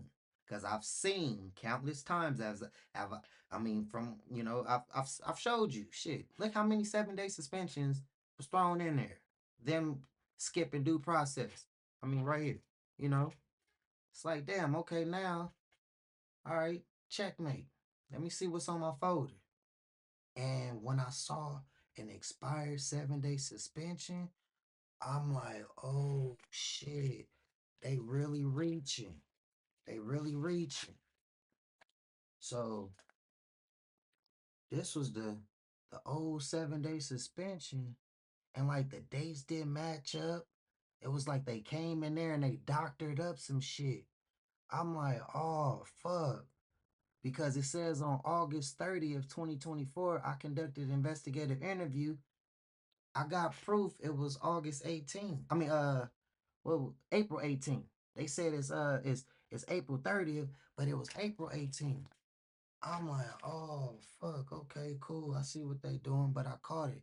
That's why I told David, and I said, man, y'all gonna have to try harder than that. I'm like, man, you fucking with a god. And I calmly got up and I told you. I was like, man, y'all, hey, keep that on my folder.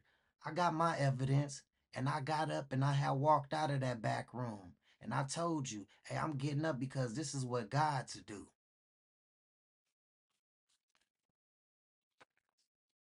Kevin, he filed for me. He filed the grievances. I did all of that.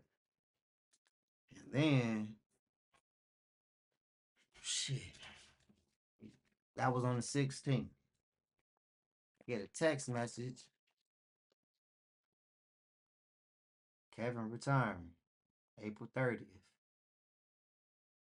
And right here, I'm retiring. The stewards will be trained locally and are the following: T1 manual belt, Al no. You know, put me down. Should a steward be required at the FSS or FSS or maintenance, the local office can send a general officer until we get a steward. Thanks for giving me the opportunity to be your APWU representative, Kevin. So when I received that, I'm like, oh shit. It felt like, armor for a minute, but then it's like, oh, I got a feeling they gonna try to do some shit before he leave. Like I was feeling it. I'm like, oh, this is perfect because maybe Kevin might not be in the mood to want to do, grievances on his last days or something. So I'm like, fuck. So as days was going by, I'm still paying attention, still haven't, received full clarity of what's in my personal folder. I still haven't signed the 3971s. So this was on the 29th, the day before Kevin retired, his last day. You know how I was in the back room with David Thomas, black supervisor. He's not even my immediate supervisor. Um, After I walked out and told him, "Hey, this is what gods do." First, I don't know if it triggered him, but I seen that he was acting a little different in that interview, and I know I he didn't like me putting him in his place. I'ma just say that. So this right here on the 29th, he gave me a letter of warning for misconduct and failure to follow instructions. And he put on here background on March 25th. Kevin already filed grievances. He already filed a safety grievance because it wasn't failure to follow instructions.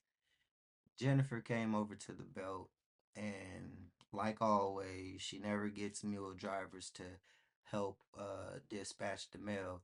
We'll have to carry those heavy ass containers to the fucking North Dock, heavy as fuck, carrying it by ourselves. Or sometimes they want you to have two people, but still, shit, we came there to lift 30 fucking 60 pounds.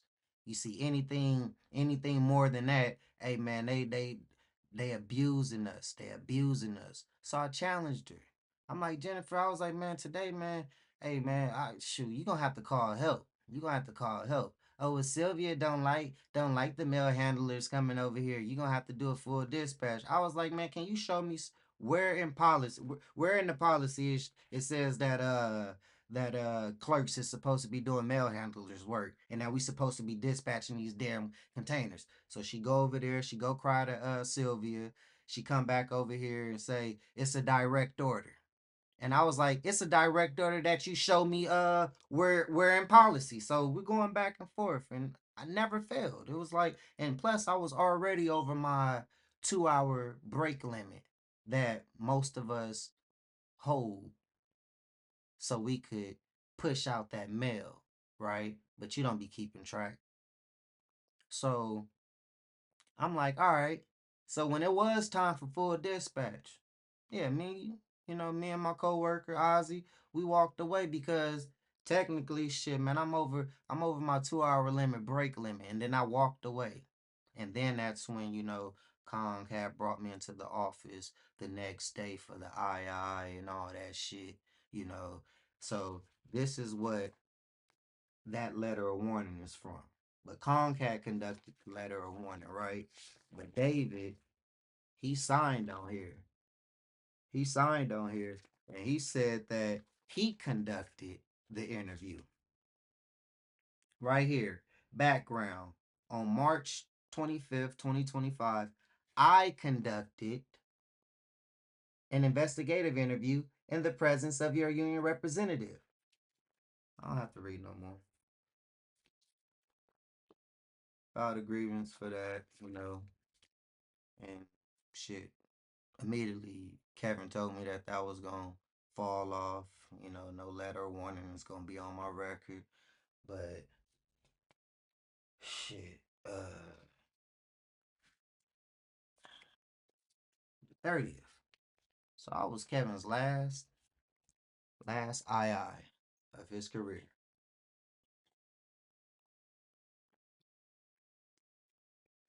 David pulled me into the office to give me an II for my attendance. You know those 3971s that I didn't sign? When I requested to see what was on my personal folder and I grievance to get an expired 7-day suspension off my personal folder and I still didn't see an updated version of my personal folder. So he gave me an II and he slapped the folder on the desk like here, he called off. And at first I wasn't gonna open them, right? But then something like my soul just told me, hey, just open the folder. When I opened the folder, they're all dated April 1st. They're all dated April 1st, right? And the witness, I believe that's Hamali's signature, but David signed, and all of them says refuse to sign, refuse to sign. Then in the middle of the I told Kevin, I was like, Kevin, you see right here, how did I refuse to sign, Kevin? How did I refuse to sign? And I called off this day. I'm like, damn.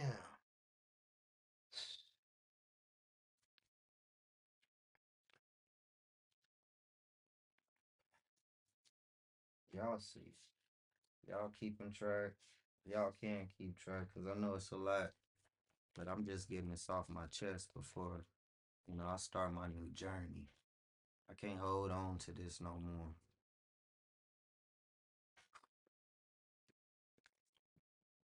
So right here, this is April 30th at 7:41 p.m.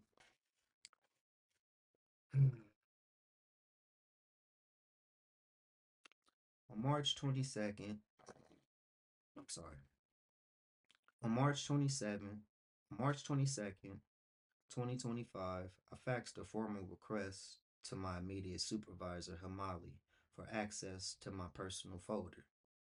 The request was a part of my ongoing effort to monitor my status as management had previously attempted to discipline me without following due process.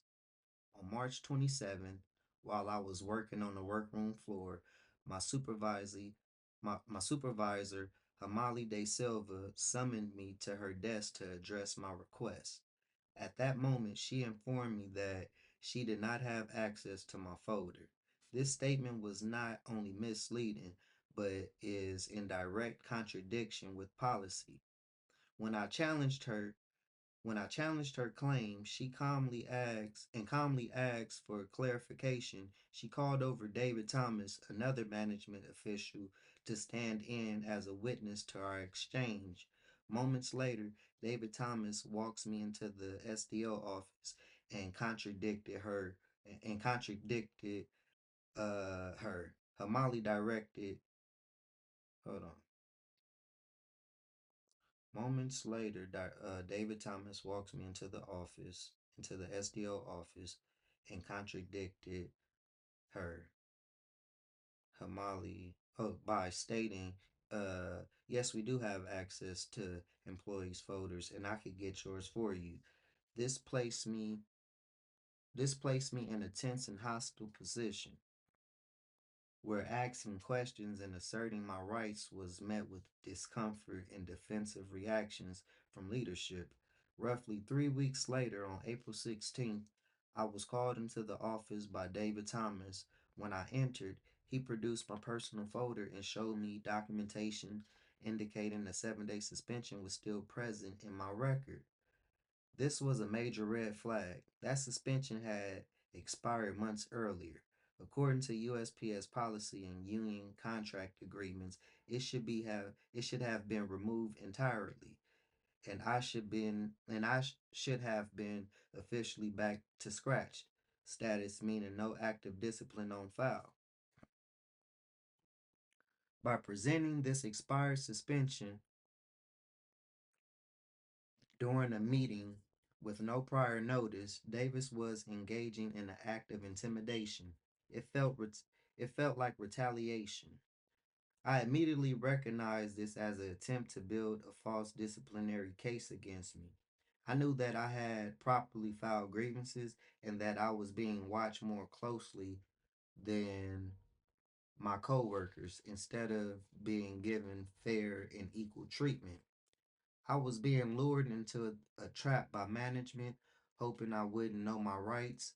This event occurred just days after I had filed another grievance related to a safety violation to a 4B supervisor, Jennifer, who had failed to ensure mule drivers were available to remove extremely heavy containers from the workroom floor. That grievance centered around the unsafe conditions my coworkers and I had to work in. On April 29th, I was issued a letter of warning for misconduct and failure to follow instructions tied to an incident that occurred on March 25th, the same date I had filed a grievance for safety hazards and improper supervisor conduct. This action felt like a calculated move. I was being punished not for misconduct, but for challenging the status quo. The very, the very situation that I had already grieved through union channels was being repackaged and weaponized against me as a disciplinary act, and this wasn't subtle. The timing was highly suspect. This letter of warning was issued the day before my union steward, Kevin, was set to retire. Kevin had served as my primary representative, and he had already informed me that my original grievance was strong and that management's actions were being challenged. His retirement, effective April 30th, made me vulnerable, and it appears management saw this as an opportunity to issue discipline before he left. To be clear, this letter of warning came after I had already been harassed over my personal folder, exposed improper record keeping, and filed a safety grievance that directly named management failures. The subject of the discipline the subject of the discipline, the March 25th event, was not misconduct. It was a grievance related safety concern. My re- by reframing it as insubordination, David Thomas and management were engaging in retaliation for protected union activity. On April 30th, Kevin, before officially retiring, he informed me that the letter of warning would be removed. He advised me that the grievance had been accepted and that the discipline will be reversed effectively, confirming that there was no just cause and that the action taken against me was invalid.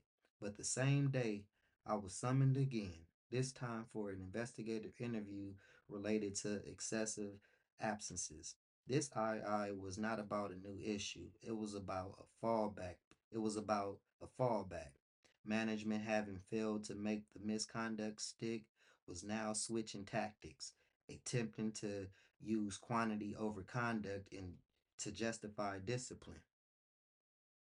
This shift from targeting to targeting a specific discipline. This shift from targeting a specific discipline act to targeting my attendance record was not random. It was yet another form of retaliation cloaked as policy. It revealed the truth. USPS management was actively looking for any basis to issue discipline before Kevin's retirement was finalized. They could not let me go unmarked. The attendance issue itself lacked proper foundation. There had been no progressive discipline.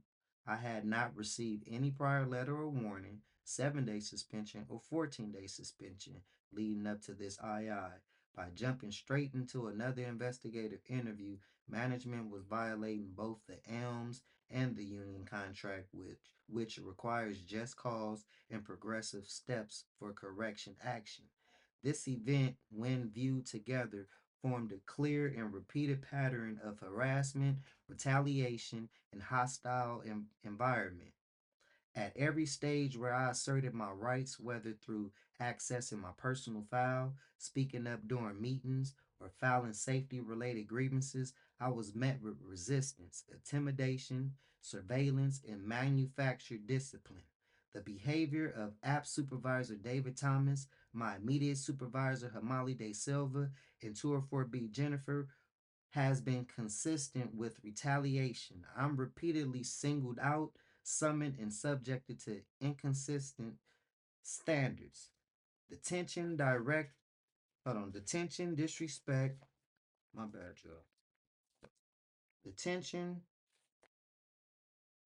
disrespect, and energy surrounding these interactions have affected my mental well being and my relationship to the job itself.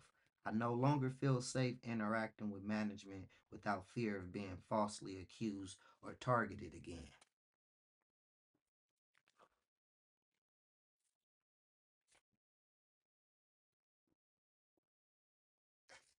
So,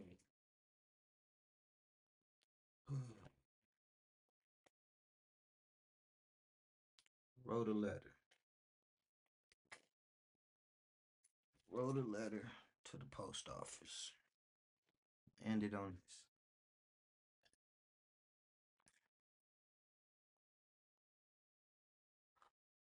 I'm free. I'm letting this go. And wrote y'all a letter. To the United States Postal Service and every system that survives by silencing its workers. I came in proud. Before I ever touched the time clock, I made a jacket to wear like a badge of honor. I believed in this place. I believed in hard work. I believed in the mission. But over time, I saw something else. I saw good workers broken. I saw write-ups used as weapons. I saw silence masked with fear. And I saw a system that could track a scan to the second, but not recognize the human soul when it's being crushed. I'm not speaking for attention. I'm not speaking for power. I'm speaking because too many people couldn't. This is for the ones who gave everything: their health, their peace, their weekends, their bodies, and got discipline in return. I'm speaking for the ones who wanted to stand up but couldn't risk losing a paycheck because their kids needed food and rent don't care about retaliation. This is for the clerks, the carriers, the handlers, and the PSCs who holds this entire operation together but are treated like they're disposable. This is for the ones working with grief and heartache. This is for the ones signing documents they don't understand in rooms they were never supposed to be in alone. I see you. I hear you. I feel you. I'm still inside. I'm still standing. And I'm still untouched.